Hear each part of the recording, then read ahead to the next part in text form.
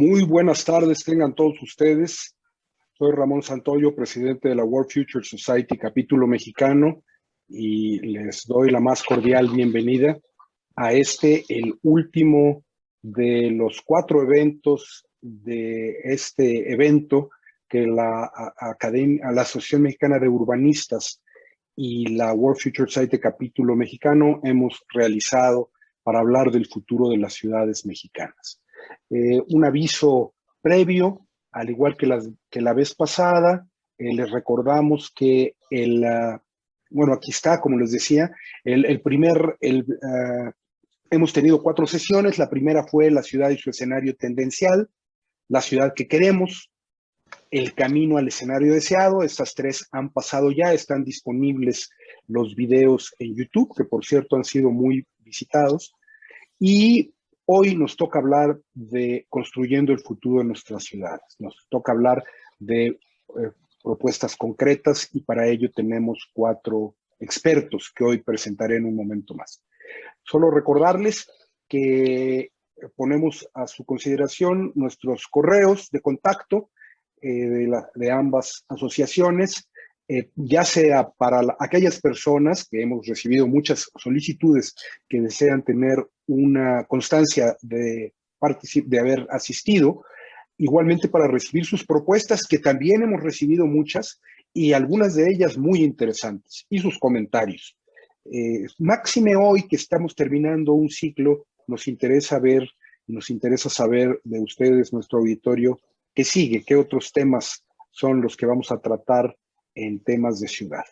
Igualmente, si hay preguntas para los panelistas, les recordamos que no tomaremos preguntas en el evento para aprovechar el máximo tiempo en sus ponencias y en la conversación que se llevará a cabo después, pero pueden usar estos correos. Nosotros les haremos llegar las preguntas a nuestros panelistas. Quiero presentar a ustedes a nuestros panelistas. Tenemos, y leo sus nombres: Carlos Gazden, presidente de la Fundación Internacional para el Desarrollo de Gobiernos Confiables. Perdón. Jorge Carlos Díaz, vicepresidente de Desarrollo Regional de la AMU. Perdón.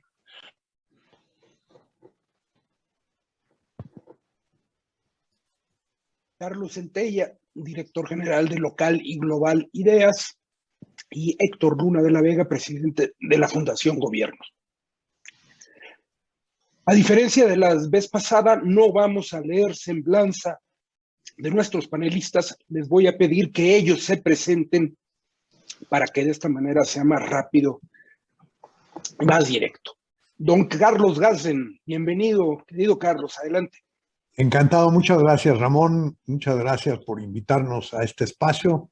Yo me siento muy honrado de estar aquí el día de hoy.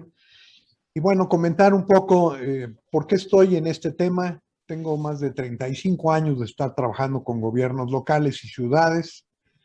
He tenido a mi cargo todos los municipios del país. Me tocó diseñar y fundar el INAFED, el Instituto Nacional para el Federalismo y Desarrollo Municipal de la Secretaría de Gobernación, en el año 2002. Y antes fui el último titular del Centro Nacional para el Desarrollo Municipal. Tuve a mi cargo también todos los municipios del estado de Guanajuato, los 46, durante 6 años. Y anteriormente tuve que ver directamente con el municipio de León como consultor, en donde León se inició como el modelo, como dice Enrique Cabrero, el modelo del municipio en materia de gerencia pública, de la nueva gerencia pública. He tenido a mi cargo también, he sido presidente de la RIAD, la Red Interamericana de Alto Nivel de la OEA, en materia de descentralización y gobiernos locales para todo el continente. Y desde hace 15 años, coordinar un grupo de expertos de 34 países, 72 expertos, en donde fuimos creando el primer estándar internacional sobre calidad en gobiernos locales, la ISO 18091, en su versión 2014 y ahora 2019. Entonces, bueno, un poco he trabajado con gobiernos de todo el mundo, en México de manera muy especial. Gracias. Adelante con tu presentación. Bien, bueno, yo quisiera presentar un poco en materia de futuro de ciudades, algunas ideas que permitan visualizar por dónde caminar. Quisiera comentar que por azares del destino me tocó participar en el diseño del primer Instituto Municipal de Planeación que hubo en México. Se trata del Implan de León. Y este Implan lo trajimos prácticamente inspirados en la experiencia de Curitiba, en el Brasil, una de las ciudades mejor planeadas del mundo. Y lo que vimos en Curitiba fue impresionante en materia de una ciudad muy bien planeada. Una ciudad con más de 300 años para estas fechas. Y quisimos ver cómo podíamos traer el primer Metrobús a México.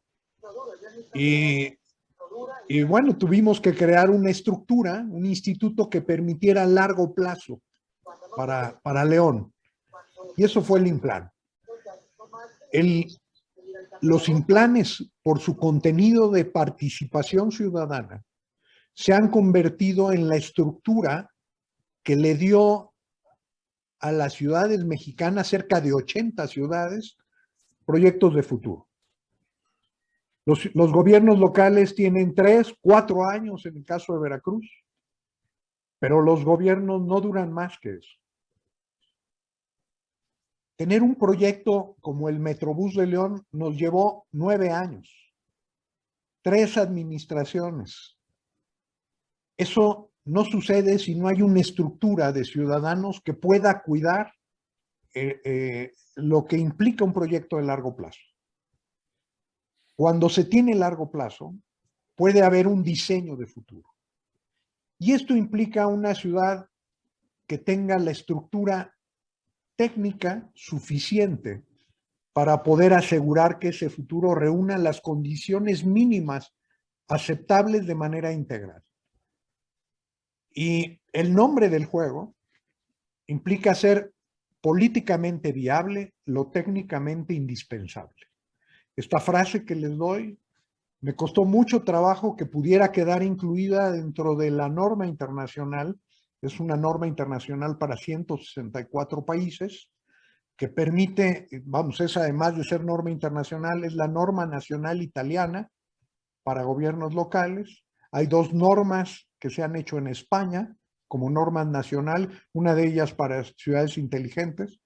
Es también norma nacional en Holanda, en Ucrania, en Indonesia, en Brasil, en Argentina, bueno, prácticamente todos los países de América Latina. Entonces, esta norma lo que nos permite, y quisiera compartir, es un diseño de una racionalización de la ciudad que permite construir el futuro. Quisiera compartir, si me dan autorización, lo puedo hacer. Perfecto.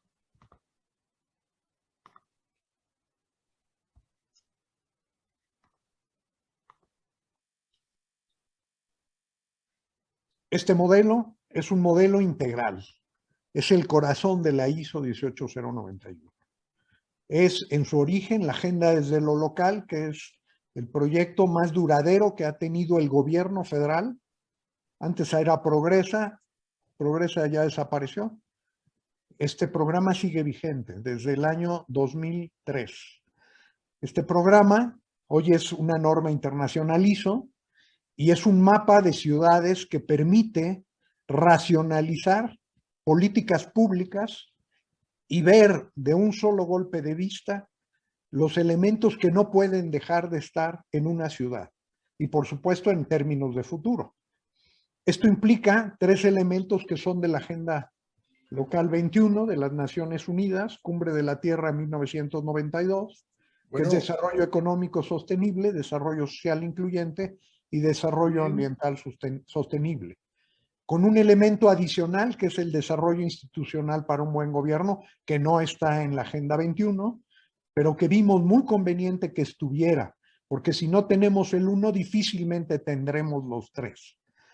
Estos 4 elementos es el corazón del futuro, es el desarrollo de las ciudades. Y aquí tenemos un mapa de 39 redes de política pública. Estas 39 redes son el mapa más extenso en el mundo hasta donde sabemos. Hay cerca de 152 documentos de Naciones Unidas detrás de este estándar, en donde podemos ver en un círculo cómo interactúan las distintas políticas públicas. Y los tenemos en círculo en donde tenemos una identificación de rojo, en el círculo más pequeño, que es lo que no puede existir en ninguna ciudad. El círculo amarillo, un poco más amplio, es cuando se tienen algunas cosas, pero no son suficientes. El círculo verde es las prácticas mínimas aceptables en cada una de estas políticas públicas, y el círculo platino son las mejores prácticas. Este escenario de interacción de todas estas prácticas nos permiten identificar dónde se encuentra una ciudad en materia de política pública, en rojos, en amarillos o en verdes, o en platinos. El enfoque es, no podemos dejar de trabajar ninguna de estas políticas públicas, sean competencia o incumbencia de los gobiernos locales. Por supuesto que esto nos lleva a un diagrama, aquí los vemos un poco más ampliados, no me detengo en ellos, donde están los 17 objetivos de Naciones Unidas de la Agenda 2030. No hay proyecto y agenda más importante en materia de futuro que la Agenda 2030. Aquí tenemos la parte de desarrollo social incluyente y la parte de desarrollo ambiental sustentable. Pero esto trabaja de una manera en donde transversalmente atacamos uno de los problemas centrales de las ciudades. Las áreas de gobierno no se hablan entre sí. Bajo esta lógica, nosotros podemos trabajar el tema de seguridad y ver 15 o 20 políticas públicas que afectan el tema de seguridad. Pero aquí hay otro elemento también importantísimo. Este es un diagrama que está en la ISO, pero que difícilmente van a encontrar en otro lugar. Es cómo interactúan los 3 niveles de gobierno en un mismo territorio. Podríamos hablar de 4 si habláramos de las zonas metropolitanas. Otro elemento importantísimo a considerar en esta lógica de la construcción del futuro. La planeación del futuro de una ciudad implica justamente ver cómo interactúan con los municipios contiguos, las ciudades. Y además, cómo se puede gobernar integrados en una zona metropolitana. Pero, ojo, aquí tenemos en un diagrama de recursos, y la planeación sin recursos no tiene su fundamento, en cómo el gobierno federal en cada municipio administra cerca del 80% de los recursos que le tocan a cada ciudad. El gobierno estatal, en promedio, administra el 16% de los recursos que corresponden a cada ciudad. Los gobiernos locales, los municipios, solo administran el 4% de los recursos que podrían asignarse a esa ciudad. Eso significa que hay una relación muy asimétrica en materia de ciudades. Considerar cómo trabajan transversalmente estos diferentes gobiernos es capital para poder entender la lógica de cómo construir el futuro. Lo que tenemos desde la sociología política nos dice que lo usual es que tengamos gobiernos paralelos compitiendo entre sí ante una misma población en un mismo territorio. Lo que tendríamos que tener en construcción de futuro es la coordinación de los 3 o 4 órdenes o niveles de gobierno de manera coherente, en una coherente arquitectura de gobiernos de cara a los ciudadanos. Esto implica también que los ciudadanos puedan participar. Este mapa es un mapa de ruta fundamental para el futuro. Si no tenemos un mapa, no tenemos manera de diagnosticar la realidad ni de entender la problemática que se está viviendo. Y concretamente, poner en materia de un plan general de planeación territorial, como el que está sucediendo en la Ciudad de México, implicaría el ver cómo se afectan los distintos componentes de política pública y cómo nos permite construir un escenario plausible. Si nosotros atendemos el tema de vivienda sin considerar el tema de movilidad, o si atendemos el tema del mercado inmobiliario sin ver el tema de la pobreza, vamos a tener una visión muy sesgada de cómo trabajar el futuro de una ciudad. Bueno, con esto presento de manera muy breve algo que es bastante complejo, pero me parece que puede ser una introducción para lo que pueda venir después. Muchas gracias. Muchas gracias, Carlos. Muy interesante. Ahorita tendremos oportunidad de comentar. Doctor Jorge Carlos Díaz, bienvenido. Por favor, preséntate y tu presentación también. Muchas gracias, Ramón. Agradezco a la World Future Society y, por supuesto, a la Asociación Mexicana de Urbanistas, de la cual soy orgullosamente parte, por esta invitación a este tan importante foro. Yo soy vicepresidente de Desarrollo Regional en la Asociación Mexicana de Urbanistas. Soy también integrante del directorio técnico del Instituto de Planeación de la Ciudad de México. Fui director general de Desarrollo Regional en la SEDATU. Presidí la Red de Desarrollo Regional Latinoamericana cuando estuve en la SEDATU. Y como legislador en el Congreso, en la Asamblea Legislativa del Distrito Federal, del entonces Distrito Federal, fui vicepresidente de la Comisión de Desarrollo Urbano y Vivienda del entonces Distrito Federal, ahora Ciudad de México. Y en consecuencia voy a hablar de desarrollo regional, voy a hablar de otra escala, de una escala que me parece fundamental para el futuro de las ciudades y intentaré compartir mi pantalla. Espero se esté viendo Sí. Ahora. Sí, ya se ve. Si quieres ponerla en modo presentación, se ve muy bien. Muy bien. Sé que lo que buscamos ahora es entrar a los cómo, al qué hacer, pero quiero hacer solo 3 láminas de contexto porque es importante para cimentar mi argumentación. En los últimos 50 años, la población en México ha crecido 2.6 veces y en los próximos 20 años crecerá 1.6 veces. Esa población está creciendo en las zonas metropolitanas. Si ven ustedes de 1970 a 1920, en esos 50 años, pues pasó del 59 al 79% y para el 2030 será el 83% de la población la que viva en zonas urbanas. Pero no es parejo. En las zonas urbanas se han construido, se han desarrollado zonas metropolitanas.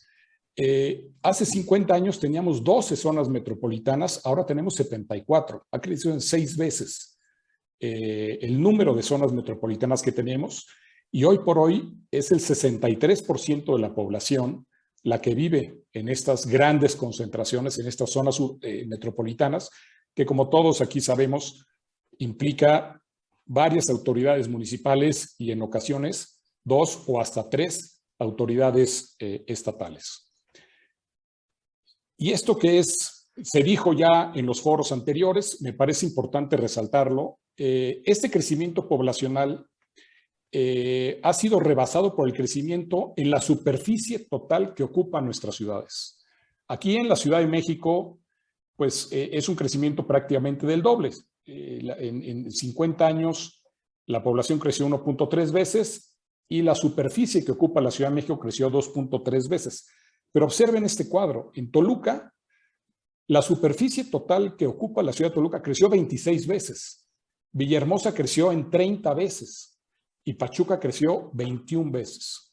La SEDATU nos dice que en promedio, si bien la población en las principales ciudades del país ha crecido 2 veces, la superficie que ocupa ha crecido 7 veces. Esto genera una presión a la hacienda pública de las ciudades y a la posibilidad de prestar servicios pues, inmanejable.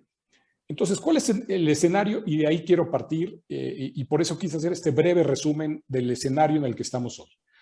Ha habido y está habiendo un crecimiento de la población urbana metropolitana.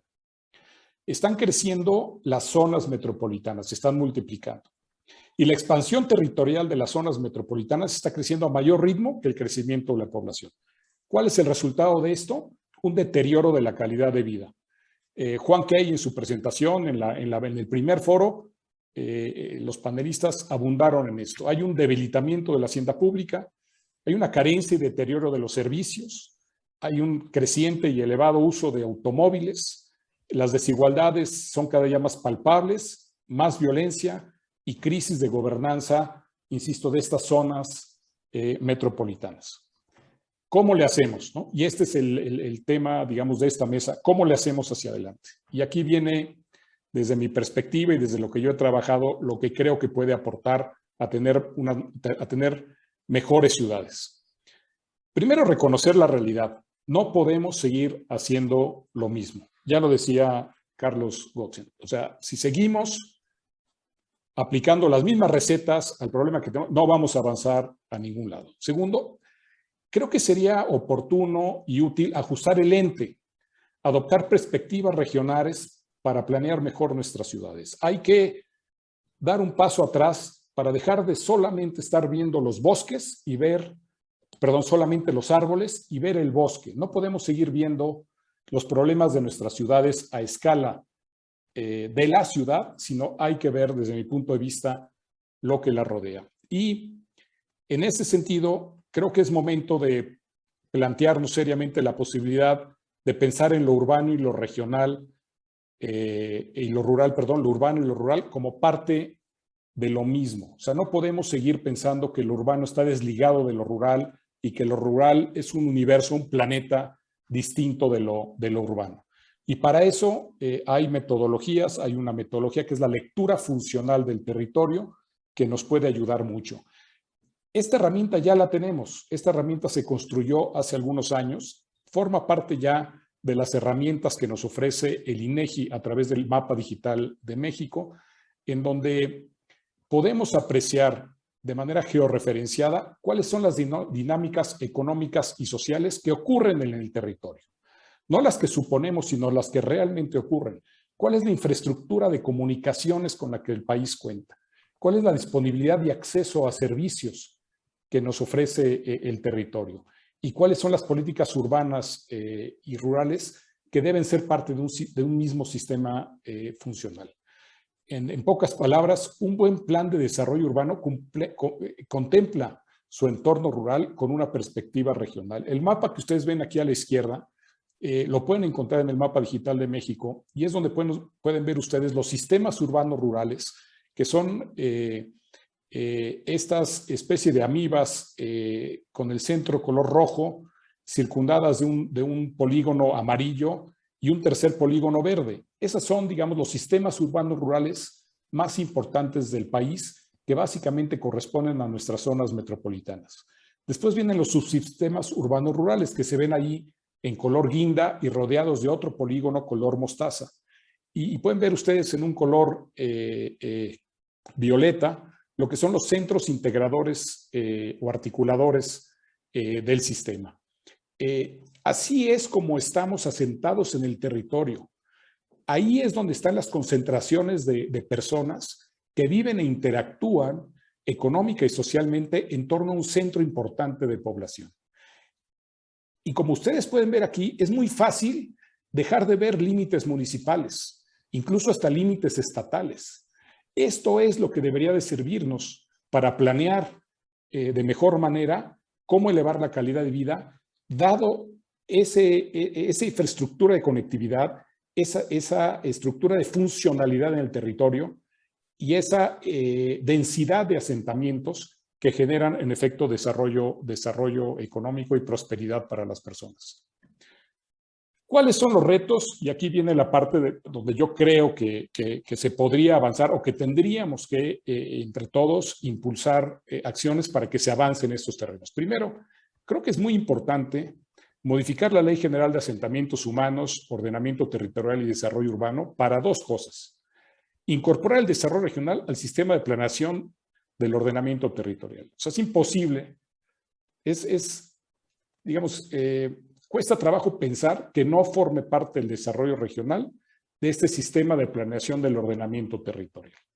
Segundo, creo que es momento de pensar en que exista un programa nacional de desarrollo regional.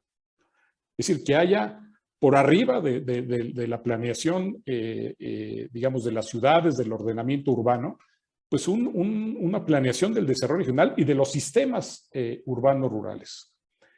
¿Esto qué supone? Supone que en efecto, y lo vamos a ver más adelante, supone una decisión política relevante, que es pensar en esquemas de gobernanza, tal vez un cuarto nivel de gobierno, como decía Carlos Gatzen, ¿no?, que nos permita tomar decisiones de carácter regional que involucren a varios órdenes de gobierno de los que actualmente conocemos. Por supuesto, hay que recuperar la creación de fondos regionales y metropolitanos. Hay problemas que enfrentan nuestras ciudades que solo se pueden resolver desde una perspectiva regional y asignando fondos para atenderlos regionalmente. Disposición de residuos sólidos, temas hídricos, entre otros muchos temas. Aquí les puse una lámina de una ciudad que a mí me gusta usar como ejemplo, que es la ciudad de Basilea, que es una ciudad suiza, pero que hace frontera con Alemania y con Francia. Y esta ciudad ha tenido la visión y la capacidad política de gestionarse reconociendo 3 constituciones diferentes, idiomas diferentes, reglamentos, policías diferentes, y se dieron cuenta que tenían que gestionarlo desde una perspectiva, insisto, integral, en donde el aeropuerto tenía que estar en un país, no podía haber 3 aeropuertos. La gestión de los residuos sólidos pues, tenía que estar en alguno de los 3 países. Los funcionarios públicos de la ciudad de Basilea están obligados a hablar 3 idiomas, ¿no?, para poder atender a los ciudadanos, ¿no?, de los 3 países. Hay acuerdos para que obviamente no tengan que estar presentando pasaportes para pasar de un lado de una ciudad o cruzar el Rin de un lado a otro. Es decir, este es un buen ejemplo de que con voluntad política se pueden construir los esquemas de gobernanza política necesarios para la mejor gestión de una ciudad. En ese sentido, y recupero lo dicho por Carlos Gatzen, creo que es momento de poner sobre la mesa el pensar en un cuarto orden de gobierno, es decir, metropolitano, que gestione temas como residuos sólidos, agua, movilidad, seguridad, entre otros, o también de pensar en una remunicipalización. Las divisiones municipales que existen en muchos de nuestros estados, pues datan de décadas o de más de 100 años. ¿Tienen que mantenerse así por la eternidad o podemos pensar en nuevas definiciones político-administrativas, en nuevas polígonos político-administrativos que nos hagan más fácil gestionar nuestras ciudades? Creo que es un tema fundamental. Justamente hoy en la mañana leía que se acaba el Congreso del Estado de Guerrero. El día de ayer aprobó la existencia de 4 nuevos municipios. Está bien, o sea, quiere decir que sí se puede crear nuevos municipios. El tema es, ¿queremos más municipios? Ya tenemos más de 2.500. Hay territorios que creo que podrían gestionarse con menos municipios, con menos autoridades municipales, otros que a lo mejor necesitan dividirse en 2 o hasta en 3 polígonos municipales. Creo que es un tema que políticamente se ha se ha evadido y creo que es un tema al que habría que entrarle. Y termino citando al presidente de la AMU. Estoy tratando de cambiar la página.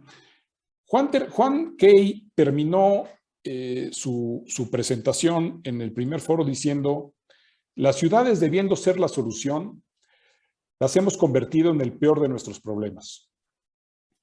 Y yo aquí lo que quisiera sugerir en respuesta a eso, que me parece no solo acertado, sino crudo y apegado a la realidad, es que las ciudades pueden volver a ser la solución si dejan de verse al ombligo, si dan un paso atrás para ver el bosque, si voltean a ver su entorno, lo que las rodea y las oportunidades que la escala les ofrece para resolver sus problemas y gobernarse mejor. Sí, creo que es momento de dar un paso atrás, de tomar otra escala para resolver ciertos problemas, y creo que eso nos podría trazar o ofrecer una ruta para construir mejores ciudades hacia el futuro. Gracias, Ramón. Jorge Carlos, muchas gracias. Muy interesantes propuestas, muy interesantes comentarios. Juan Carlos Centella, te pasamos la palabra, por favor, para tu presentación personal y tu tema.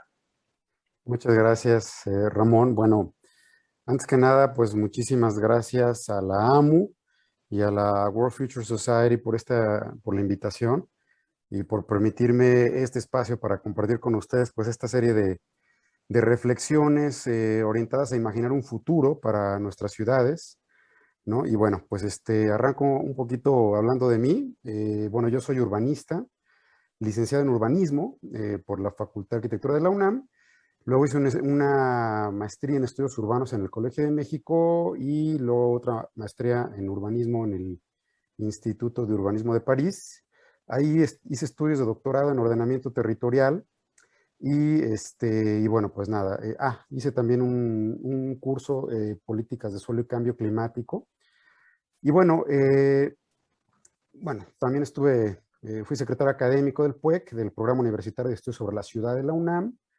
Luego me incorporé también en el sector público, fui director general adjunto de ordenamiento del territorio y punto focal de cambio climático, y fue a partir de ese momento donde el tema del cambio climático me agarró y ya no me ha soltado desde entonces, ¿no?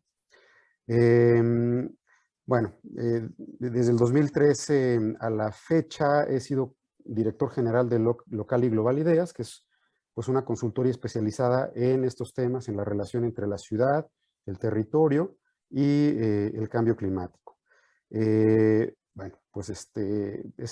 Fui, disculpen aquí la pedantería, segundo lugar del Premio Nacional Banobras 1998 y primer lugar del concurso de ensayo sobre cómo gobernar las zonas metropolitanas en México.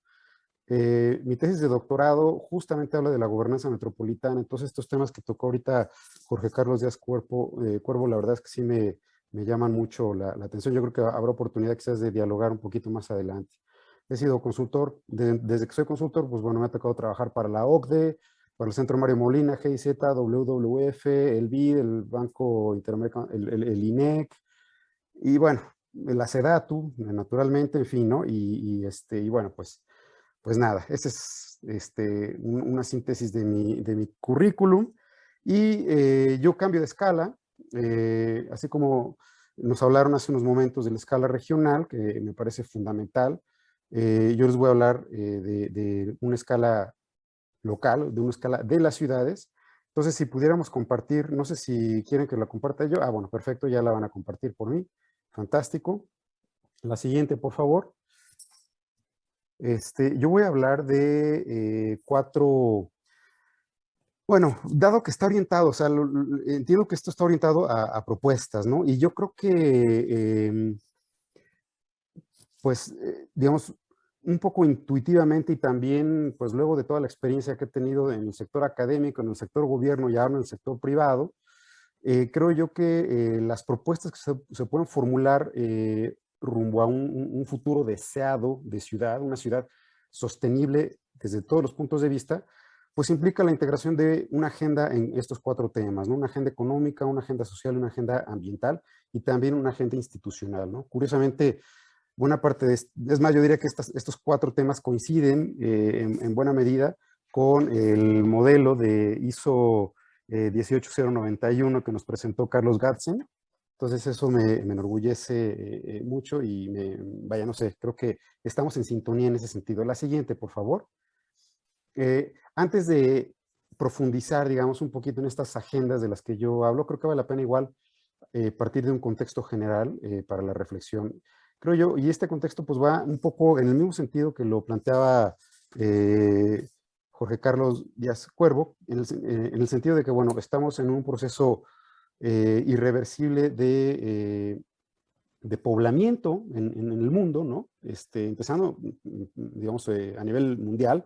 Si en 1950 éramos 2.600 millones, bueno, apenas unas décadas después, ¿no? 60, 65 años después, pues prácticamente duplicamos esa población y en 2015 Naciones Unidas tenía registrado aproximadamente 7.300 millones. Y esta tendencia pues se va a ir estabilizando, digamos, de tal manera que en 2100, si bien no se va a duplicar, pues cuando menos en términos absolutos sigue siendo un número nada despreciable de nuevos habitantes en el planeta, ¿no? Estamos hablando de 11.000 millones de habitantes en el 2100. La siguiente, por favor. Y ahora, buena parte de este crecimiento se va a dar en las ciudades, ¿no?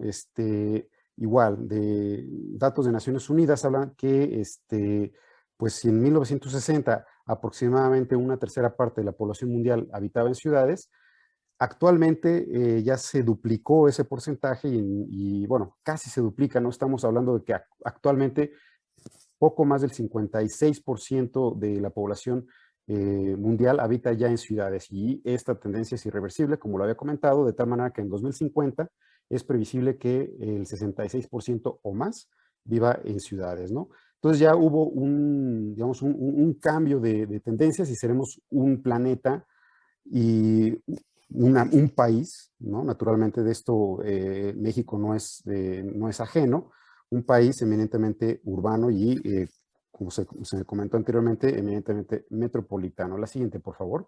Ahora, lamentablemente, este proceso de urbanización, ya sea por crecimiento natural o por migraciones, por múltiples motivos, ¿no? Está teniendo lugar en condiciones sumamente precarias. Yo creo que esto no es nuevo para ninguno de nosotros, ¿no?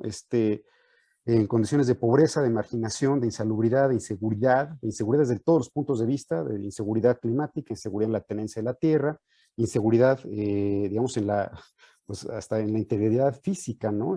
Al momento de estar expuestos a fenómenos como el crimen organizado y la delincuencia, ¿no? Entonces, y lamentablemente, los gobiernos nacionales no están teniendo la capacidad de asimilar la magnitud de este fenómeno de crecimiento de las ciudades, ¿no? Y esto pues se ha traducido para muchas ciudades del mundo en precariedad, informalidad, violencia e impactos al medio ambiente. La siguiente, por favor. Ahora, y ahora sí, concentrándome un poquito en lo que yo creo que voy a profundizar más adelante, que es lo que tiene que ver el cambio climático, ¿no? Y lo que había comentado también Juan Key en su momento, cómo las ciudades son el problema y también la solución, y que ahorita lamentablemente las ciudades siguen siendo el problema, pero las ciudades la verdad es que siguen siendo la solución, ¿no? Entonces, el punto aquí es que las ciudades, y desde el momento en que yo empecé a documentar sobre el tema de cambio climático, pues bueno, si uno revisa los inventarios de emisiones de gas de efecto invernadero de cualquier país y de cualquier estado, de cualquier municipio inclusive, lo que explica el incremento en las emisiones de gases de efecto invernadero es la vida urbana, son las ciudades. Las ciudades demandan energía, las ciudades emiten emisiones a través del transporte, la movilidad, la generación de energía, la producción de bienes y servicios, etcétera, etcétera. Entonces, pues eso explica el incremento exponencial de las emisiones de gas de efecto invernadero en todo el planeta. La gráfica de la izquierda son las emisiones en los últimos, digamos, en lo que va de nuestra era, del año 1 al año 2000, ¿no? Y ustedes podrán decir, no, es que si lo vemos a largo plazo, en realidad es cíclico, ¿no? Esto en particular es un mensaje para los escépticos climáticos. En la gráfica de la derecha vemos los últimos 800,000 años. Si quieren luego les platico cómo se calculó eso, pero es científicamente sólido y ustedes pues se dan cuenta que es efectivamente cíclico, ¿no? Pero en los últimos 800,000 años nunca hemos tenido, el ser humano no le ha tocado vivir estas concentraciones de esta magnitud por arriba de los 400 partes por millón, cuando en toda nuestra historia, cuando menos desde hace 800,000 años, ¿no? Estas partes por millón rondaban entre los 200 y los 250 partes por millón, ¿no? Esto cambia de manera brutal el clima en el planeta y obviamente esto va a tener impactos enormes y los está teniendo ya, impactos enormes en nuestras ciudades. No sé si vieron el día de hoy las imágenes en Nueva York.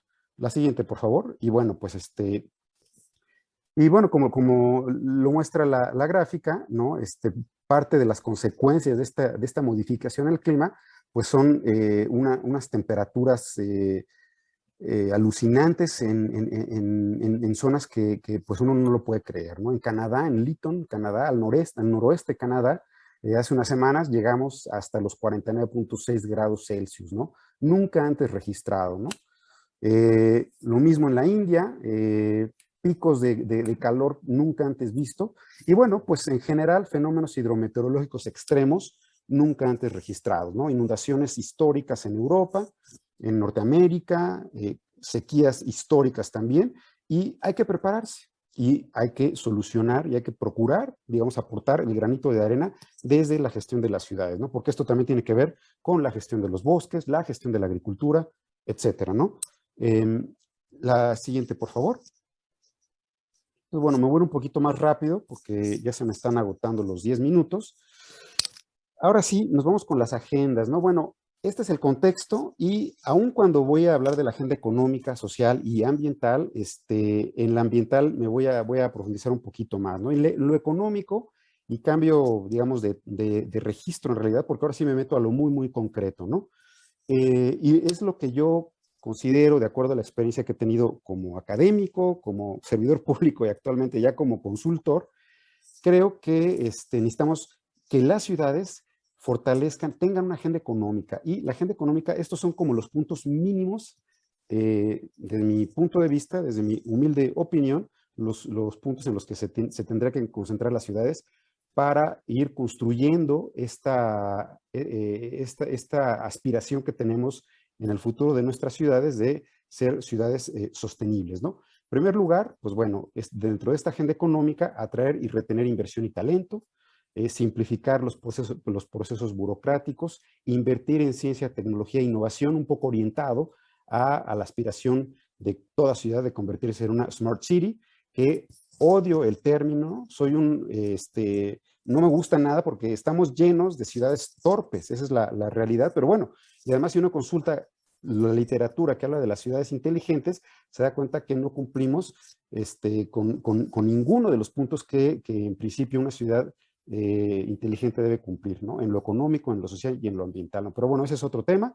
Certeza jurídica en la inversión pública y privada, incentivos económicos y fiscales, en coordinación con los gobiernos federal y estatal para aquellas empresas socialmente responsables y certificaciones ambientales, ¿no? Que cuenten con estas certificaciones ambientales y otorgar financiamiento para micro, pequeñas y medianas empresas, establecer un periodo a lo mejor de gracia o una reducción en el ISR y en el IVA durante el periodo o durante un periodo perentorio en lo que esa empresa se consolida. No creo que así como que una agenda económica mínima. La siguiente, por favor. Una agenda social.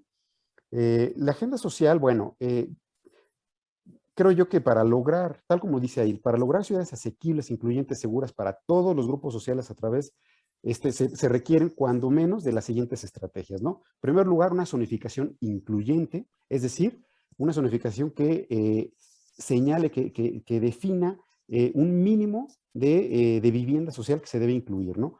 Hoy por hoy, y lo sabemos muy bien, yo creo que todos tenemos ciudades profundamente desiguales y necesitamos revertir este fenómeno de la desigualdad, explicada por múltiples motivos, ¿no? Mejorar lo que existe. Nos las pasamos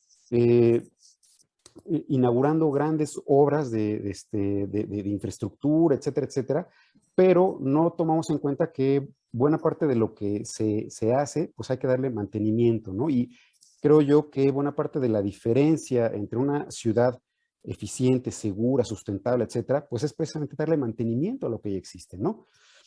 Otro es asegurar la prestación de los servicios públicos de calidad, bajo principios de calidad, precisamente, continuidad y universalidad, ¿no? Integrar la planeación urbana con una política de vivienda social. Y bueno, una política también en renta, ¿no? Actualmente esa tiene que ser una política que hoy por hoy está ausente, la política de vivienda en renta, ¿no? Establecer mecanismos para asegurar una ciudad accesible y asequible, ¿no? Accesible, se habla de la ciudad de 15 minutos, por ejemplo, y asequible, es decir, una ciudad pues que no sea tan oneroso vivir en ella, ¿no? Que podamos acceder a una vivienda, a un trabajo, movernos, consumir en ella, sin que se nos vaya todo nuestro salario, ¿no? Y finalmente diseñar mecanismos sinérgicos con políticas sociales nacionales, es decir, por ejemplo, becas a jóvenes, ingreso universal básico para adultos mayores, financiamiento a MIPYMES, no lo sé, mujeres también, la agenda de género es importante, etcétera. La siguiente, por favor. Una agenda institucional, ¿no? Pues aquí, todo esto de lo que yo hablé, pues hay que financiarlo, tiene que salir de algún lugar, de algún lugar los recursos, ¿no? Creo yo que lo primero que se tiene que hacer es fortalecer la recaudación de las ciudades. Digo, nuestras ciudades están quebradas y tenemos finanzas públicas raquíticas en nuestras ciudades. Ahorita les voy a enseñar una gráfica un poquito más adelante. Pero lo primero que hay que hacer es actualizar el padrón de contribuyentes del impuesto predial y actualizar los valores catastrales, acercarlos a los valores comerciales, ¿no? Articular los catastros y los registros públicos que contribuyan tanto a la recaudación como a dar certeza jurídica a la propiedad. Aplicar impuestos ambientales, naturalmente, y los hay muchos, ¿no? Estacionamiento, cargos por congestión, impuesto por emisiones vehiculares, etcétera, y eliminar la tenencia. La tenencia vehicular es de los impuestos más progresivos. La eliminación de esta tenencia es de lo más regresivo que pueden hacer y beneficia fundamentalmente a los ricos, y eso es la peor medida ambiental que puede tomar un gobierno estatal o municipal, si es que forma parte de sus atribuciones, es eliminar la tenencia, ¿no? Impuestos asociados al suelo y mecanismos de gestión del suelo, esto es fundamental también para recaudar impuestos, ¿no? A propósito del suelo, de la gestión del suelo, la siguiente, por favor. Lo comenté, necesitamos profundizar, digamos, una reforma al predial o hacer una reforma al predial para que los municipios sepan cobrar. Somos malos cobradores los municipios en México, ¿no?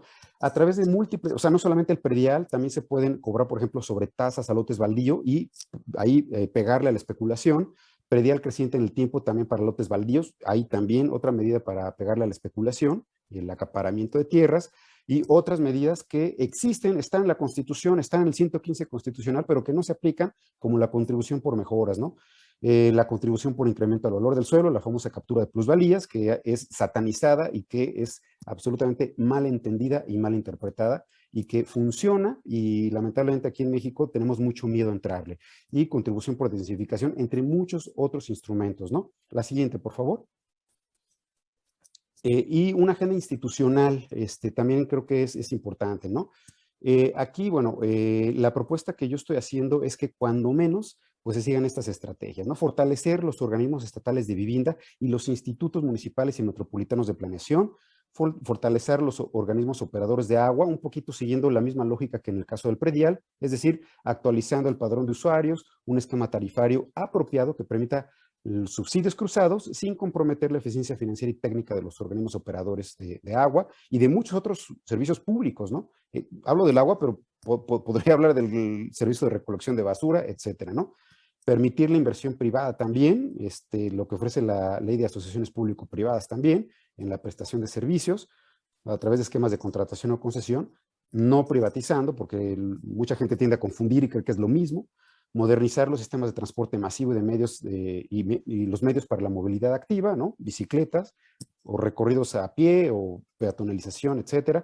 Profundizar en el reconocimiento del proceso de metropolización que incluye la creación de instituciones metropolitanas sólidas y legítimas o, como ya se comentó acá, inclusive, quizás en el largo plazo, pensar en un cuarto nivel de gobierno. La siguiente, por favor. Bueno, Y finalmente una agenda ambiental. Bueno, aquí está amplia, ¿no? Revisar y en su caso modificar reglamentos y códigos de construcción y reglamentos de fraccionamiento que permitan o inclusive que obliguen a dar cumplimiento a normas oficiales mexicanas asociadas a la sustentabilidad, a la edificación, etcétera. Incorporar iniciativas innovadoras como por ejemplo huertos urbanos y azoteas verdes. Ya existen esas iniciativas. Yo conozco cuando menos en la Ciudad de México, pero habría que aplicarlo en todos, digamos, en todas las ciudades del país, ¿no? Crear un Fondo Nacional de Infraestructura Verde, simplificar la regulación de los procesos de planeación territorial, contener la expansión urbana, consolidar los espacios vacantes en las ciudades. La siguiente, por favor.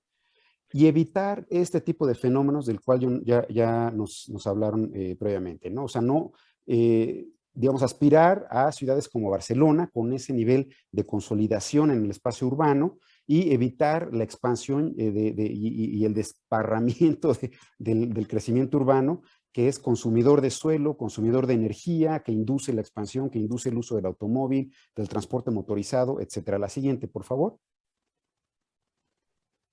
Bueno, yo creo que en aras y en respeto del tiempo de mis colegas, yo creo que me voy bueno, nada más es para ilustrar, digamos, los esquemas. Me voy un poquito más rápido, ya termino en un minuto.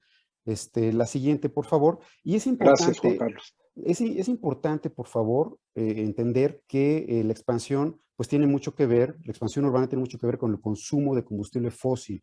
Y esta es una gráfica que lo demuestra claramente, ¿no? Como arriba del lado izquierdo están las ciudades más expandidas y que más consumen, como Houston, Phoenix, Denver, etcétera.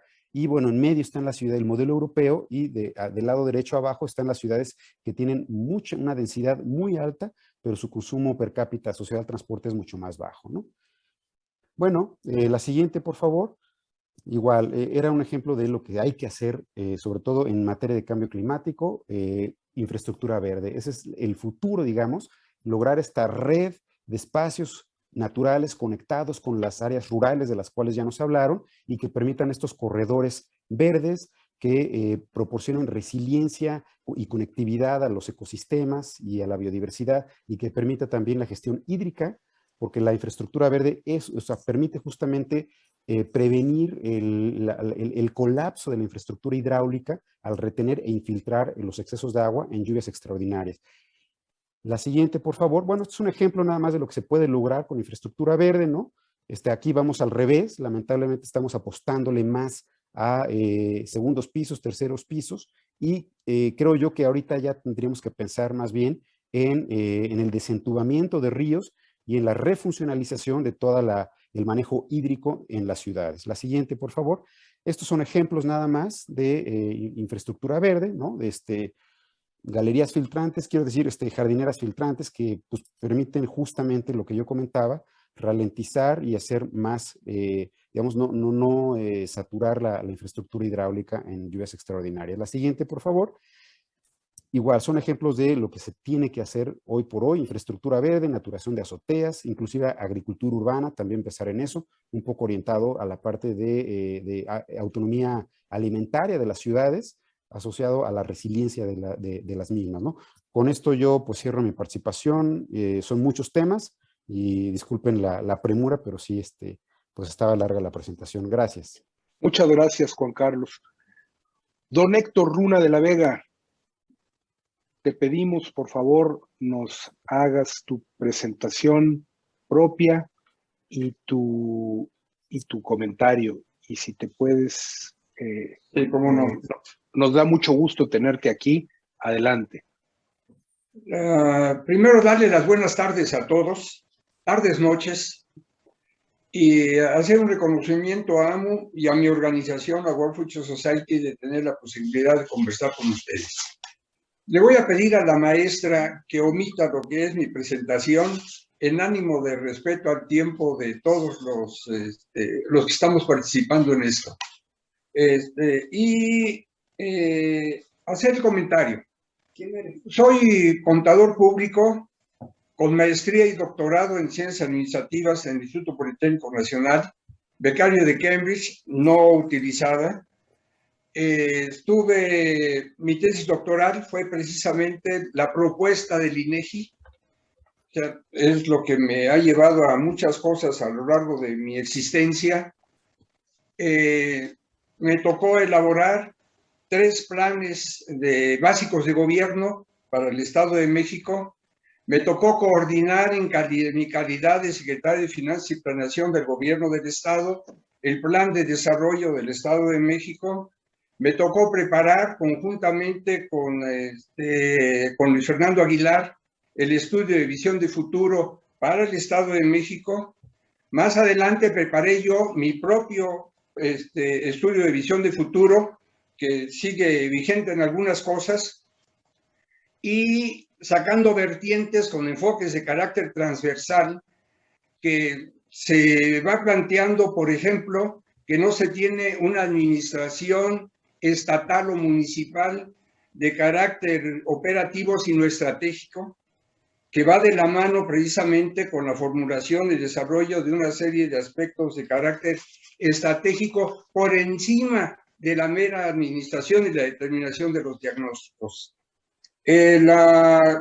Hacer el comentario de que como diputado federal me tocó desarrollar 3 propuestas de carácter constitucional, una de ellas para dar vida a la Auditoría Superior de la Federación. No existía la atribución para la Cámara de Diputados, se desarrolló, me tocó desarrollar la primera ley de fiscalización superior, que queda contenida en gran parte en la Constitución, y la otra, que va muy de la mano de lo que estamos desarrollando ahora, un grupo que nos autodenominamos varios diputados como municipalistas, modificaciones al artículo 115 constitucional para que se dejara de nombrar al municipio como nivel de gobierno, dejando que estaba al final por órdenes de gobierno. Por eso aparece así en la Constitución desde 1999, como un ánimo de reconocer lo que es la función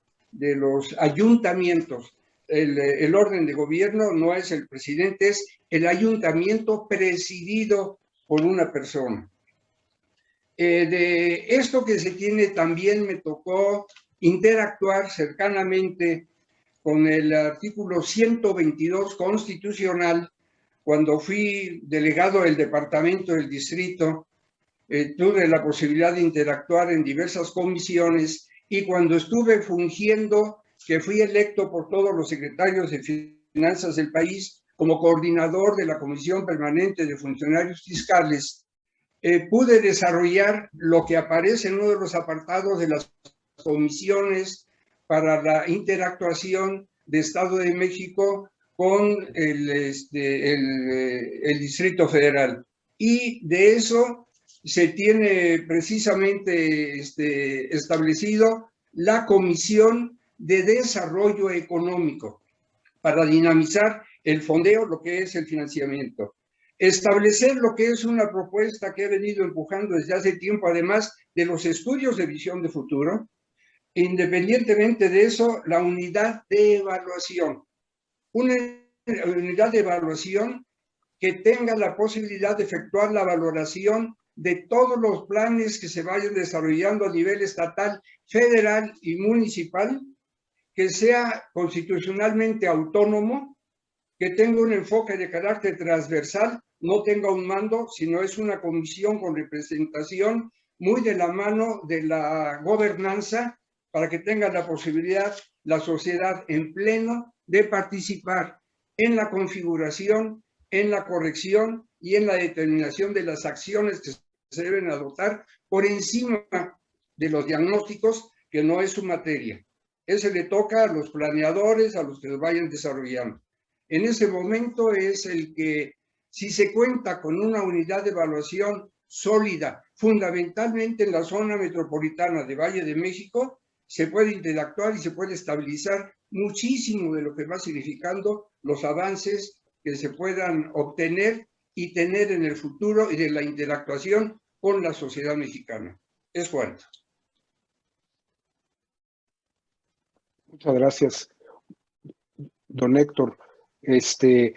Si quieres ver tu presentación la podemos ver, o sea, estamos en tiempo todavía razonable. Vamos a sacarla. Ha sido muy escueto en tu presentación y por equidad creo que podrías Muy bien, perfectamente cómo no. comentarlo. Entonces, si la corremos, por favor.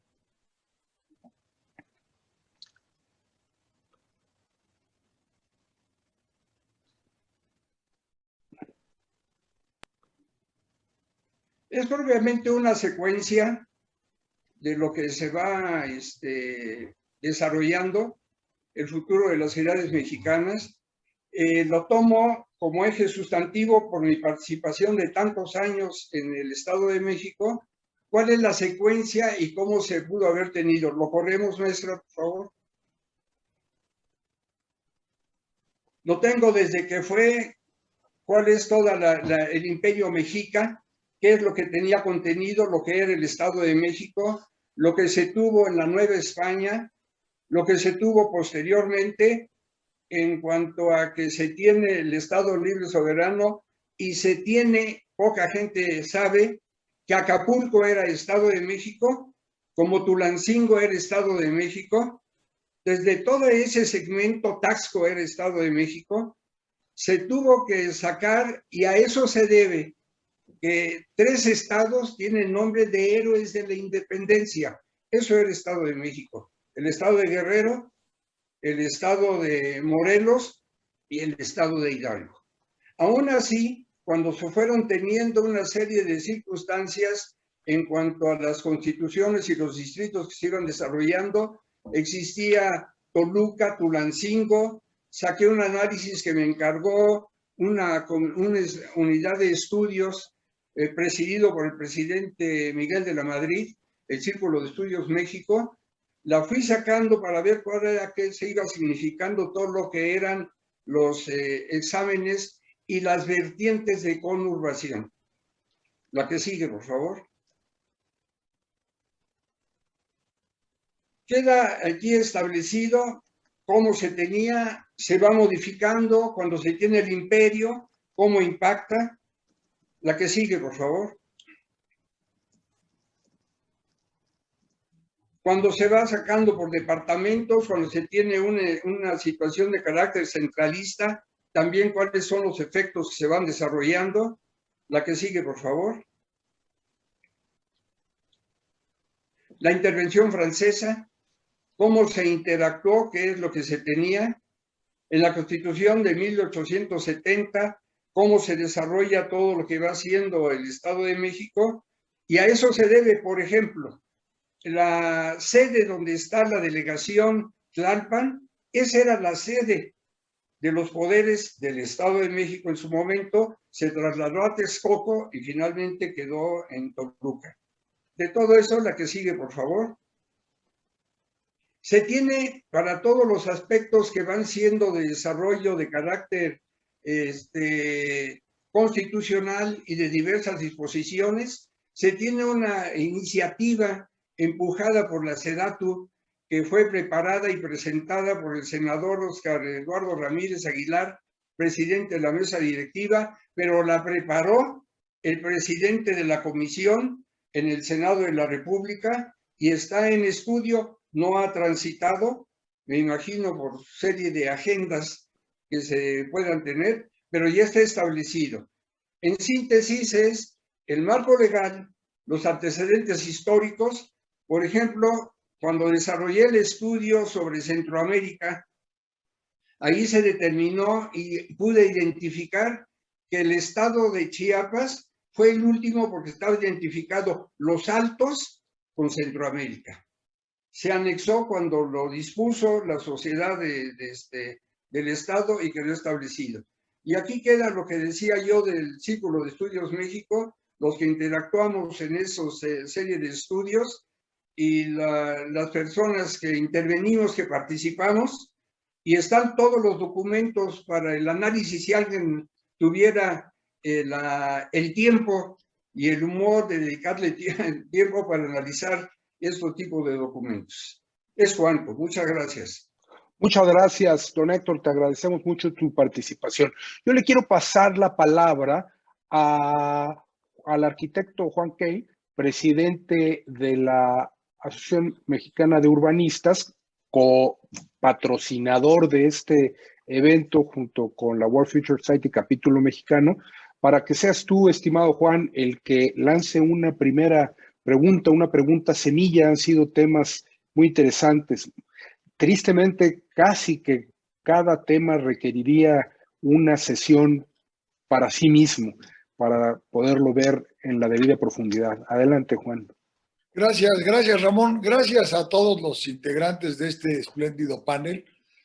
Creo que nos debemos congratular de tener entre nosotros y en este foro personalidades con su formación, con su conocimiento, con su experiencia y su talento. Yo haría una pregunta de carácter general. Recientemente se ha venido hablando de que el país necesita más sociedad y menos gobierno.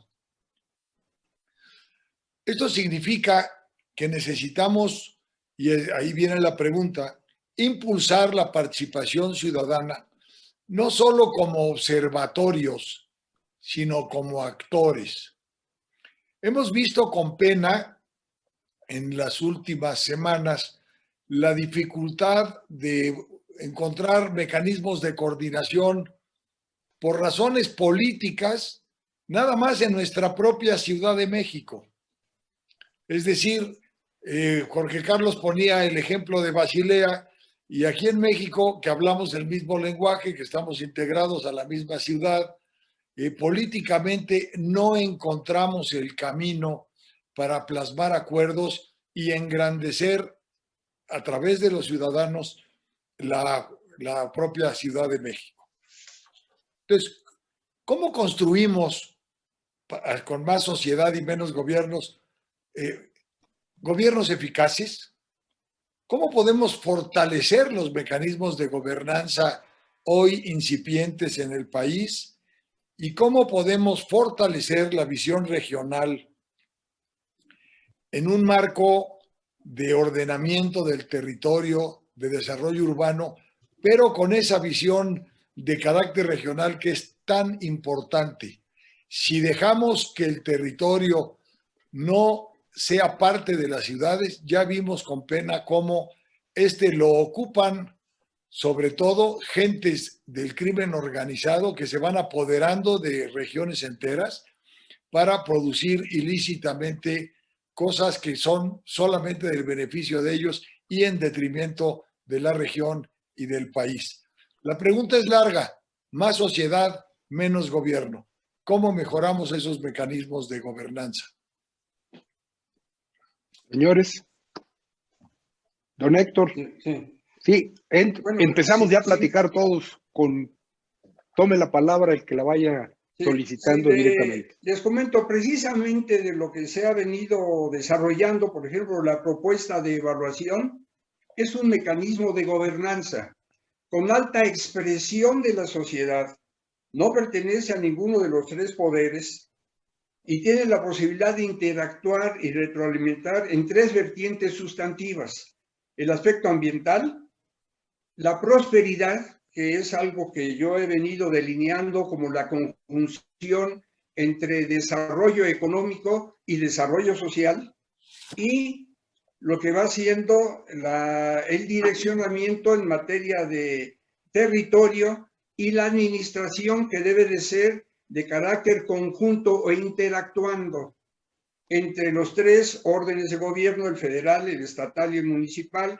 y que quede comprimido y que vea que eso se cumple a cabalidad dependiendo de la unidad de evaluación. Gracias, don Héctor. Jorge Carlos y luego Carlos.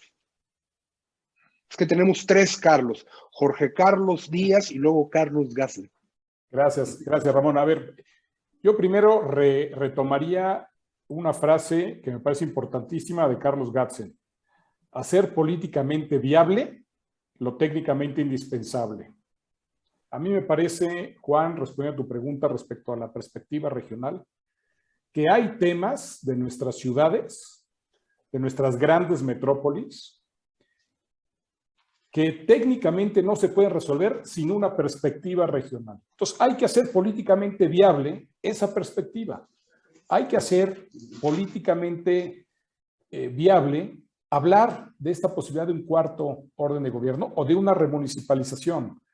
Héctor Luna de la Vega nos acaba de narrar cómo en la Ciudad de México no siempre existieron 16 alcaldías y en el Estado de México no siempre los municipios que existen hoy siempre existieron.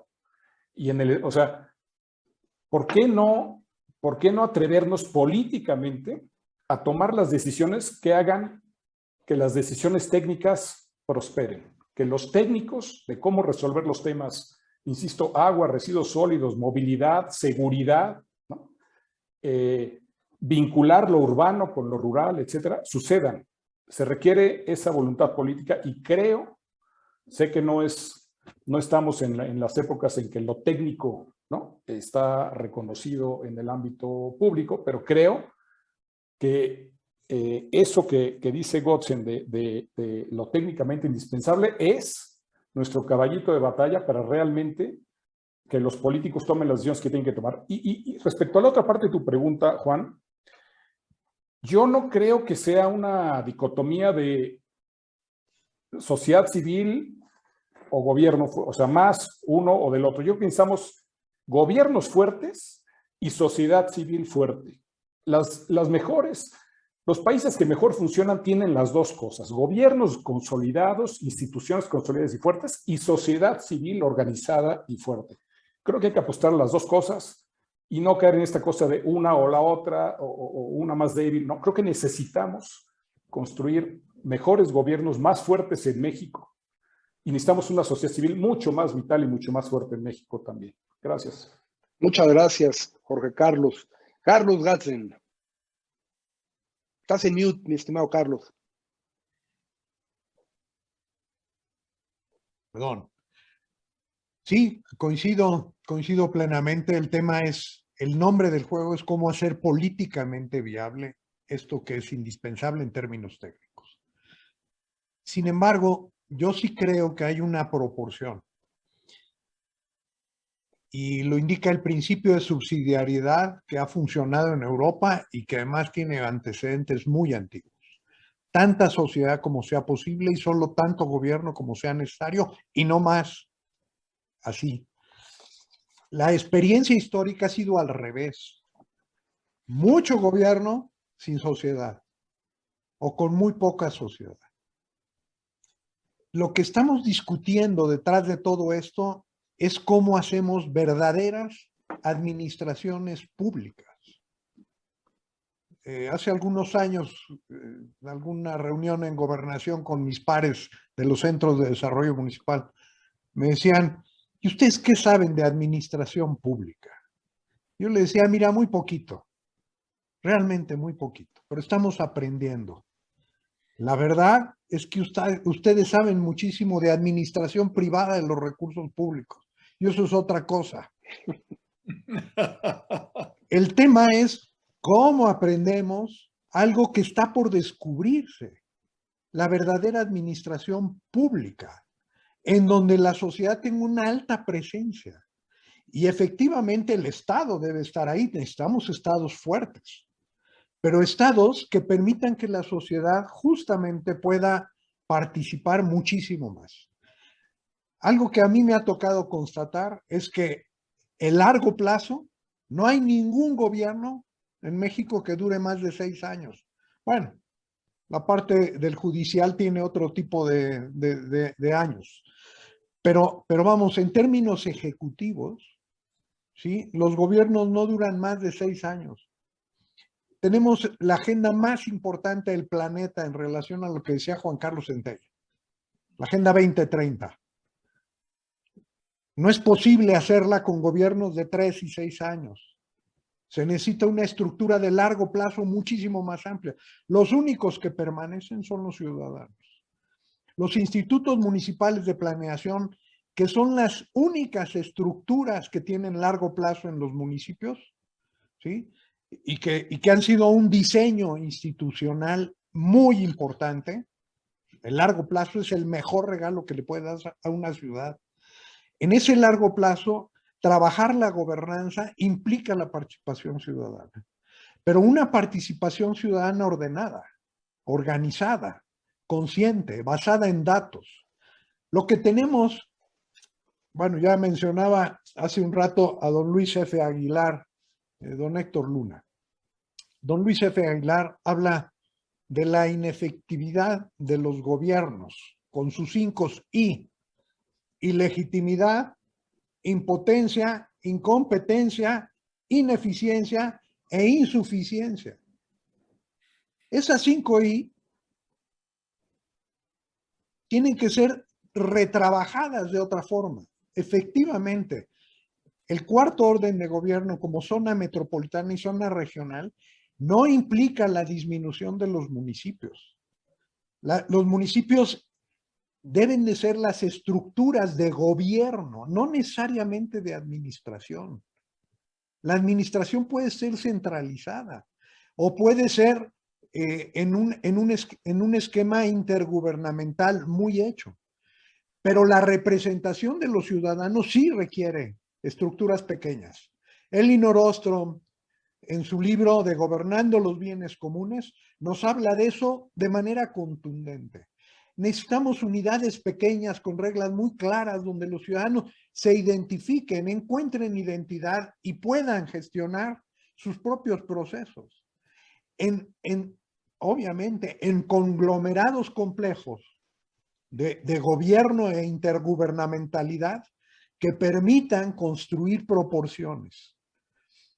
La coherente arquitectura de gobiernos de cara a los ciudadanos es una estructura que se requiere construir entre los distintos órdenes de gobierno. Y eso implica la coexistencia, una coexistencia inteligente. Y eso implica la construcción justamente de algo que carecemos hoy, que es la construcción de la confianza. Porque eso es lo que hace la legitimidad.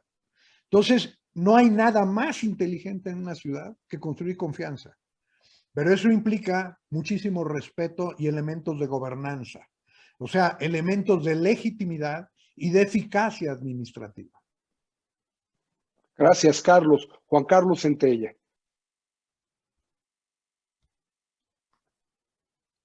Bueno, híjole, pues la verdad es que Carlos Gantzen dijo tantas cosas que me resultaron tan estimulantes que ya no estoy muy seguro por dónde empezar, pero quería, bueno, a propósito del si más gobierno o más sociedad, o más, que necesitamos más sociedad y menos gobierno, bueno, creo yo que estamos de acuerdo en el sentido de que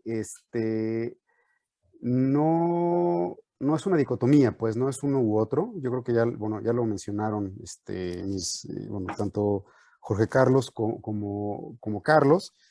Sin embargo, sí quiero yo destacar que buena parte de los resultados y de las, digamos, reformas importantes que han habido a nivel de, bueno, a nivel urbano, ¿no?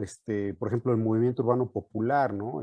Cómo, pues gracias a ese movimiento se fue consolidando poco a poco el derecho a una vivienda. Ese movimiento, digo, obviamente es un movimiento que estaba muy vinculado a partidos políticos, a liderazgos políticos, pero no deja de ser, digamos, digamos, pues, parte de la sociedad civil, ¿no? No es precisamente una sociedad política. Y logró, pues, consagrar o consolidar o contribuir a la consolidación de un derecho que es fundamental, que es el derecho a una vivienda adecuada, ¿no? O, por ejemplo, el caso de los grupos ambientalistas. Digo, creo yo que buena parte de los logros, precisamente de las reformas constitucionales en materia de fortalecimiento de la agenda verde, ¿no? En los gobiernos municipales, inclusive a nivel estatal y nacional, pues se logró precisamente por la presión de los grupos ambientalistas. Hoy, lamentablemente, y es vergonzoso, que tengamos muchísimos líderes ambientales asesinados. Asesinados seguramente o por el crimen organizado, por el narcotráfico, o por grandes empresas que tienen algún tipo de interés en explotar los recursos de algunos territorios en el país, ¿no? O, por ejemplo, los derechos de la mujer, igual, o sea, son resultado, creo yo, de la presión que han ejercido grupos de la sociedad civil con un interés específico. El ciclismo urbano, digo, es otro ejemplo. O sea, de no ser por grupos de la sociedad civil que presionan, difícilmente se puede explicar el avance que ha tenido, por ejemplo, la Ciudad de México en materia de movilidad, movilidad sustentable, ¿no? Específicamente las ciclovías, ¿no? Entonces, yo creo que bueno, que sí, la sociedad civil sin ninguna duda juega un papel fundamental, pues no sé si como contrapeso, pero sí cuando menos de poner en la agenda pública y presionar al gobierno para que el gobierno actúe a través de una administración pública eficiente, efectiva. Digamos, pues ahora sí que al contrario de las 5 es que comentaba Carlos, ¿no? Que sea legítimo, competente, eficiente y con suficiencia presupuestal, ¿no? Y otra, me faltó una ahí por ahí, pero ya no logré retomarla, ¿no?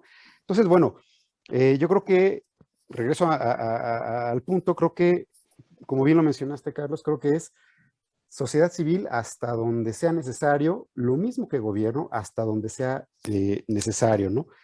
Pero que sea un gobierno legítimo y sobre todo que construya confianza, ¿no? En fin, pues tengo ahí unas anotaciones, pero yo me quedo con esta reflexión. Muchas gracias, Juan Carlos Centella. Estamos justos de tiempo. Por lo general, tratamos de no pasarnos de 1 hora y media, que es un tiempo razonable para estar. Yo les quiero pasar la palabra para un comentario final a todos nuestros participantes. Si les parece bien, ahora lo haremos en orden inverso, empezando por don Héctor, luego Juan Carlos, luego Jorge Carlos y luego Carlos. Y luego le voy a pasar también la palabra a Juan para que Juan nos hagas también un comentario de cierre del evento desde el punto de vista de la AMU, y yo terminaré igualmente con uno desde el punto de vista de la World Future Society. Don Héctor, tus comentarios finales sobre este evento, sobre estas propuestas, estas ponencias, esta problemática. Yo siento que se han generado propuestas de fondo que invitan, que incitan a la actuación. Comparto el aparente disenso entre mucho gobierno, poco gobierno, más sociedad. Precisamente el concepto de gobernanza es el aglutinamiento, el entendimiento de las partes para que se puedan conducir satisfactoriamente los fines de la sociedad, no los fines del Estado, y visto como los fines de la sociedad. Y echar mano de todos los organismos de carácter internacional. Acudo a dos. Cuando se tuvo el terremoto del 85, que era yo delegado en Xochimilco, pude jalar el apoyo de carácter financiero de la FAO. Y la FAO, por una cantidad relevante, aportó recursos para los mejores técnicos internacionales y nacionales. Y se logró la recuperación del lago de Xochimilco, que permitió pelear y se obtuvo, después de muchos jaloneos, el reconocimiento a Xochimilco como patrimonio de la humanidad, no a Xochimilco per se, a la zona chinampera, y que lleva una vertiente de Tláhuac. Eso es parte de lo que se debe ir reconociendo. ¿Qué se tiene? Al menos yo tenía un absoluto conocimiento con la sociedad, y con la sociedad pudimos ir construyendo todo lo que se logró en beneficio de la entidad y en beneficio de la sociedad de Xochimilco. Es cuanto. Gracias, don Héctor. Juan Carlos Centella. Sí, gracias. Bueno, yo quisiera concluir con una reflexión sobre el cuarto nivel de gobierno. Yo cuando inicié mis estudios de doctorado, pues profundicé mucho conocí muy a detalle, digamos, el sistema de administración territorial francés. Francia es un país que tiene más de 36,500 comunas o municipios, ¿no? Sus zonas metropolitanas pues están integrados por literalmente cientos de municipios, ¿no? Entonces, yo decía, bueno, ¿y cómo le hacen para administrar el desarrollo urbano, para administrar sus ciudades? Bueno, es precisamente a través de relaciones intergubernamentales, a través de la creación de organismos intermunicipales, y la verdad es que les ha funcionado. Y no les, y no les lo que no les ha funcionado es la fusión de municipios. Hubo intentos porque Francia es la excepción en Europa. Entonces decían, pues no es posible que tengamos una atomización del territorio de esta magnitud, ¿no? Necesitamos reformar la administración territorial de nuestro país y bueno, emprendieron una serie de reformas para lograr fusionar y tener menos número de municipios. Fueron un fracaso rotundo. La gente está tan arraigada a su, digamos, pues a un territorio y a lo mejor tiene una identidad cultural, política, no lo sé, que esto fue un fracaso en Francia y después yo poco a poco me fui alejando así como de esta idea porque yo obviamente regresé a México diciendo vivan los gobiernos metropolitanos, tenemos una tendencia hacia la metropolización y es lo normal, en mi racionalidad hay que hacer gobiernos metropolitanos, pues digo, y es la dicotomía entre dos escuelas de pensamiento, la escuela de pensamiento del public choice o rational choice y la escuela de reformadores. La escuela de reformadores básicamente es creemos gobiernos metropolitanos y la de elección racional es no, hay que hacerlos competir a los pequeños municipios para que innoven en la prestación de servicios urbanos. Entonces, la verdad es que, digo, obviamente hay todo no es blanco y negro, ¿no? Hay todo digamos, claroscuro, ¿no? Entonces, yo vería con cautela, digamos, esta cuestión de la creación de gobiernos metropolitanos, le apostaría más a el perfeccionamiento de los mecanismos de coordinación metropolitana, entender el fenómeno de la voluntad política, más bien de la no voluntad política de cooperar y sobre todo de transmitir la realidad de que no cooperar entre municipios que forman parte de una zona metropolitana o estados que forman parte de una región, si no cooperan, nos va mal a todos. Y hoy por hoy no podemos darnos el lujo de que nos vaya mal, en particular ante la emergencia climática y ante la necesidad de encontrar soluciones urbanas y regionales de largo plazo, legítimas y bueno, vaya, sustentables, ¿no? Que atiendan un poquito estos fenómenos. Entonces, bueno, con esto ya cierro mi comentario, pues muchas gracias. Muchas gracias, Juan Carlos Centella. Jorge Carlos Díaz. Gracias, Ramón. Bueno, pues la verdad a mí me han hecho reflexionar sobre la siguiente pregunta. ¿Quién planea en este país? O sea, ¿quién lleva a cabo la planeación en este país? Y en efecto, ya se dijo aquí, el instrumento de planeación o los principales instrumentos de planeación los produce el gobierno, con más o menos participación de algunos sectores de la sociedad civil, algunos organismos académicos, algunas universidades, pero en esencia, creo que en México tenemos esta concepción de que quien planea el desarrollo del país es el gobierno y lo hace con una perspectiva de 6 años que realmente es de 5 o de 4. Romper ese círculo me parece fundamental. Es decir, la planeación debería de ser un ejercicio mucho más abierto a la participación de la sociedad civil, mucho más participativo. Por supuesto, no digo que debe quedar fuera el gobierno, pero el gobierno debería, ¿no?, de auxiliarse de expertos en la materia, planear con una perspectiva de mucho más largo plazo, o sea, al menos 20 años, o tener distintos instrumentos de planeación de largo, mediano y corto plazo. Creo que los institutos de planeación municipales son la semilla de lo que creo que debemos de apoyar, porque pues ahí está el germen de esto, ¿no? De institutos de profesionales que puedan tener una perspectiva gubernamental, que puedan planear a más largo plazo. Creo que el ejercicio que se está haciendo con todas las dificultades, pero que al menos se planteó en la Constitución de la Ciudad de México, de un instituto de planeación que debe producir un plan de desarrollo a 20 años, ¿no? Creo que va en el sentido correcto. Obviamente,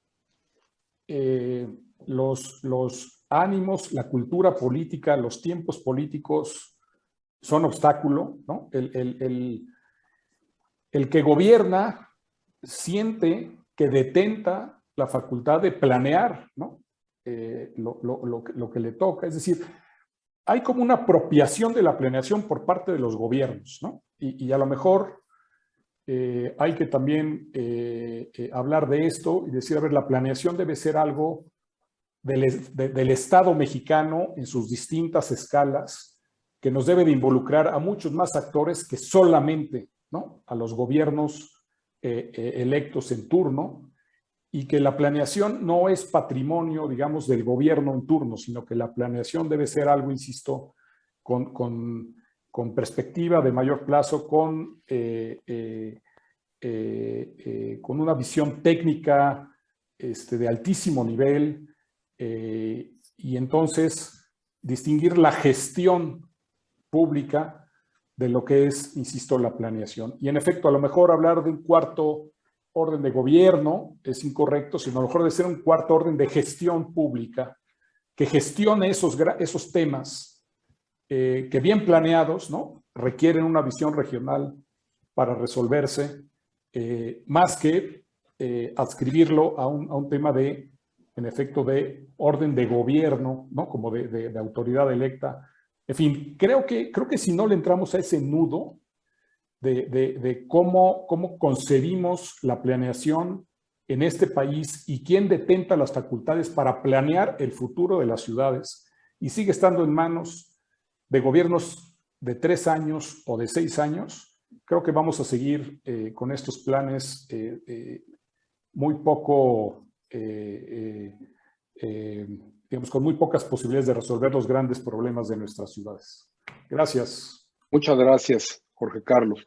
Carlos Gazden, por favor. En mute, mi estimado Carlos. Eres muy decente y pones siempre tu mute.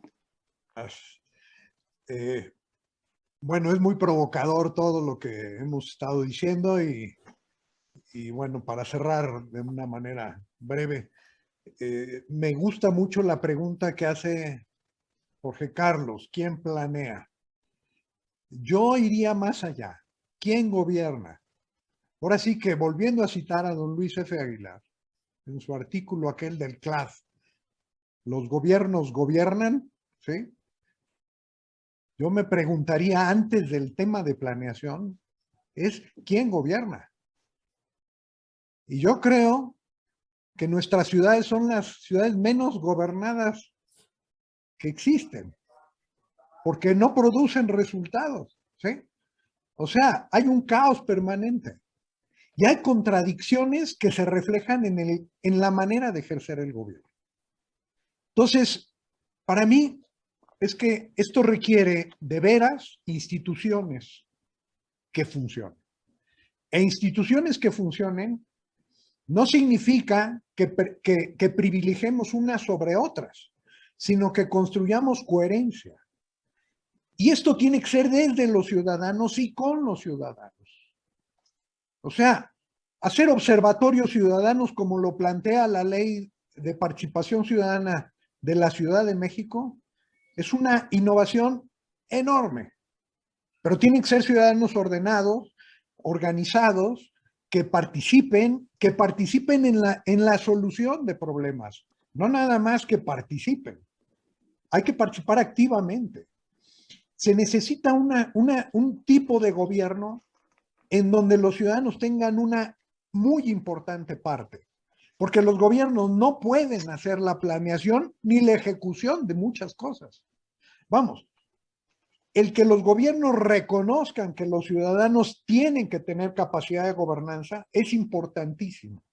Vamos, no puede poner un gobierno un policía atrás de cada ciudadano, o un barrendero atrás de cada ciudadano, o un profesor que le esté diciendo, oye, pórtate bien, o un médico, oye, ponte tu careta, o un agente de tránsito, oye, no vayas muy rápido. No existe ese gobierno, no hay. Los ciudadanos tenemos que hacer muchísimas cosas, muchas, con plena responsabilidad. Y detrás de ello, el gobierno tiene que hacer lo que no podemos hacer los ciudadanos solos. Entonces, la dicotomía, no hay tal dicotomía, es colaboración, es gobernanza. Pero esa cogobernanza necesita una sociedad informada, y una sociedad informada que tenga instituciones.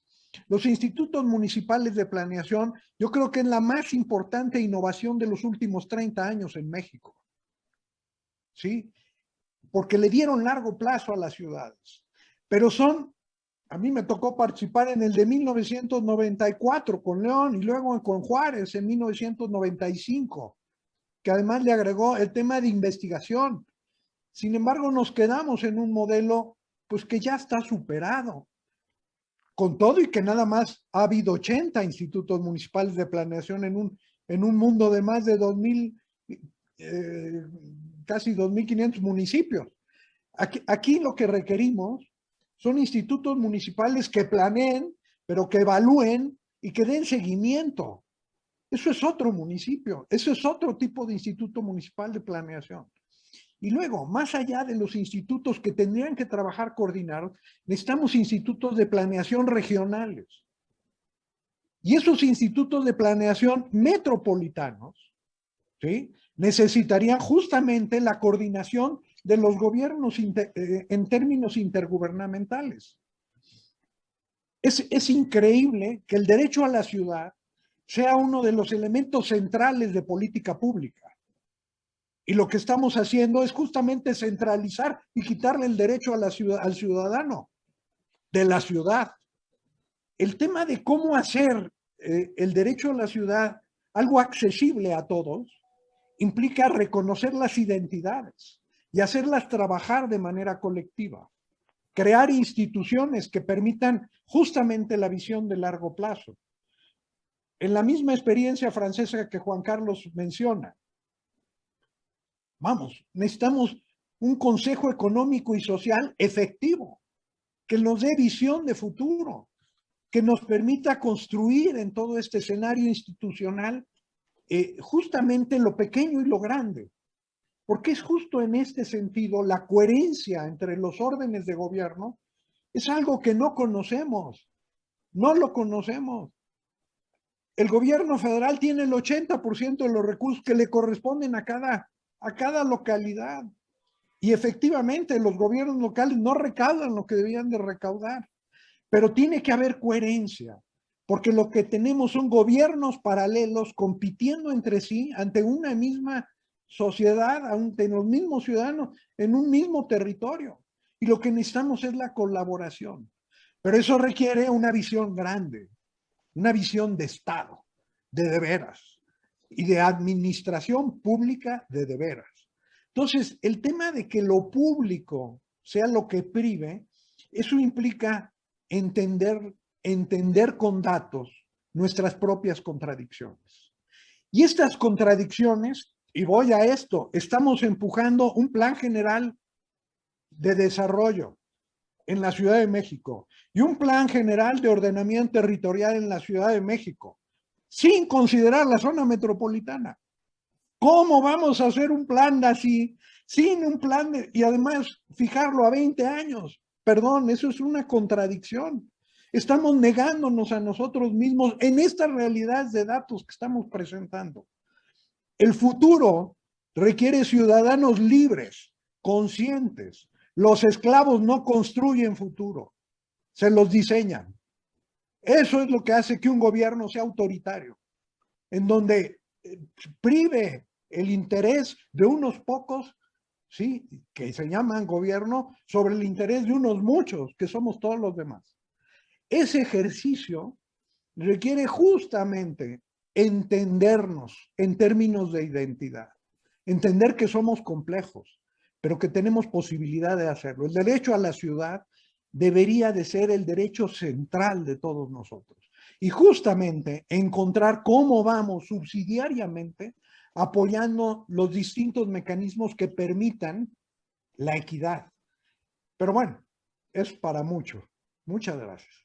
Muchas gracias, Carlos. Muchas gracias a todos los panelistas del día de hoy.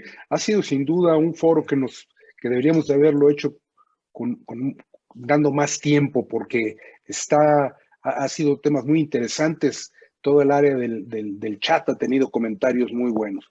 Juan, yo te quiero dar la palabra para tus comentarios sobre el evento. Gracias. Gracias, Ramón. Bueno, pues gracias a todos los que con su esfuerzo, con sus presentaciones han enriquecido este foro. Nosotros empezamos el foro cuando ustedes vieron el inicio de la presentación del día de hoy con una expresión de un viejo ingeniero mexicano urbanista, Luis Uniquel, que dijo: el subdesarrollo no es un paso previo al desarrollo, es el resultado de una forma de hacer las cosas.